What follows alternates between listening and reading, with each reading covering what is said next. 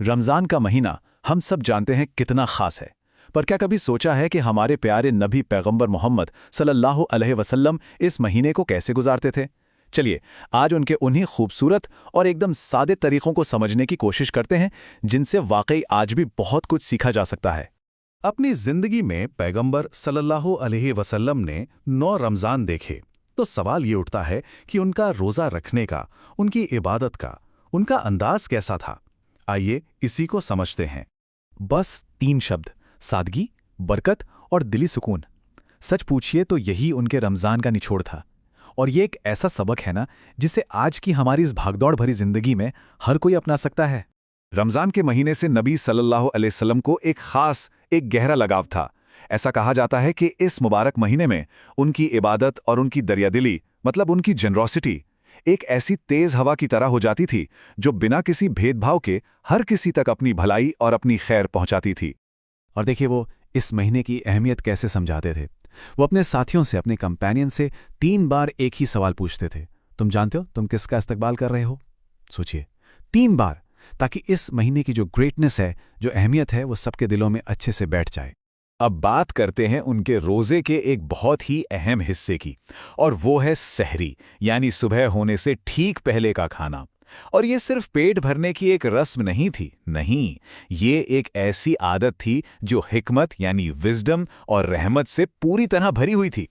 वो ना अपनी सहरी को बिल्कुल आखिरी वक्त तक करते थे, मतलब जितना देर हो सके उतना देर तक। कई बार तो ऐसा होता था कि अजान शुरू हो रही है और वो अपना आखिरी निवाला ले रहे हैं। और इसके पीछे एक बहुत खूबसूरत वजह थी, अपनी उम्मत के लिए, अपने लोगों के लिए आसानी पैदा करना, ताकि रोजे का जो वक्त है वो थोड़ा छोटा हो और भूख का एहसास कम से कम हो। तो उन्होंने ये सिखाया कि देखो, सहरी तब तक कर सकते हो जब तक कि सुबह सादिक ना हो जाए। अच्छा, अब ये सुबह सादिक क्या है? आसान भाषा में कहें तो ये वो वक्त है जब आसमान में सुबह की पहली सच्ची रोशनी साफ साफ नजर आने लगती है। उसके बाद रोजा शुरू। सहरी के दौरान उनका कैरेक्टर, उनका अखलाक कैसा था, इसे समझने के लिए एक बड़ा ही प्यारा किस्सा है। ये किस्सा जुड़ा है उनके एक साथी हजरत बिलाल रज़ी अल्लाह तआला अन्हु से। तो हुआ यूं कि एक बार हजरत बिलाल आए और उन्होंने कहा कि सुबह हो गई है। बस इतना सुनते ही नबी सल्लल्लाहु अलैहि वसल्लम ने फौरन अपना हाथ खाने से खींच लिया। अब मजे की बात यह है कि सहरी का वक्त अभी थोड़ा बाकी था, लेकिन उनके लिए अपने साथी की बात का मान रखना, उसकी इज्जत करना ज्यादा जरूरी था। और शायद यही सब वजह है कि उन्होंने हमेशा इस बात पर जोर दिया कि सहरी किया करो, क्योंकि सहरी में बरकत है। तो ये सिर्फ एक मील नहीं है, ये अल्लाह की तरफ से एक ब्लेसिंग है, एक इनाम है, और हम मुसलमानों के रोजे की एक खास पहचान भी। तो ये तो हुई सहरी की बात। अब आते हैं दिन के दूसरे छोर पर, यानी इफ्तार। नबी सल्लल्लाहु अलैहि वसल्लम अपना रोजा कैसे खोलते थे? उनका तरीका भी उतना ही सिंपल और हिकमत से भरा हुआ था। पहली बात तो ये कि जैसे ही सूरज डूबता था, वो फौरन बिना एक पल की भी देर किए अपना रोजा खोल लेते थे। और उनका तरीका एकदम सीधा साधा, एक तरह का 3 स्टेप फॉर्मूला था। सबसे पहली पसंद ताज़ा खजूर, अगर वो नहीं है तो सूखी खजूर, और अगर वो भी मौजूद नहीं तो फिर बस पानी से। यहाँ एक और बड़ी दिलचस्प बात है, वो अपना रोजा आग पर पकी हुई चीजों से खोलना पसंद नहीं करते थे। जरा इसकी हिकमत, इसकी विजडम तो देखिए कि दिन भर के खाली पेट पर एकदम से भारी भरकम पकी हुई चीजों का बोझ डालने के बजाय कुदरती और हल्की चीजों से शुरुआत की जाए। और जब हम उनकी इस सादगी को आज के दौर से कंपेयर करते हैं ना, तो फर्क बिल्कुल साफ दिखता है। कहाँ एक तरफ वो सादा कुदरती खजूर और पानी जो शरीर को फौरन एनर्जी देते हैं, और कहाँ दूसरी तरफ हमारी आज की तली हुई भारी भरकम चीजें जो अक्सर जिस्म पर एक बोझ ही बन जाती हैं। अच्छा, रमज़ान से हटकर भी अगर हम देखें तो नबी सल्लल्लाहु अलैहि वसल्लम का जो खानपान था, उनकी जो डाइट थी, वो सेहत और बरकत वाले खाने का एक परफेक्ट एग्जाम्पल है। ये कुछ ऐसी चीजें हैं जिन्हें वो बहुत पसंद करते थे।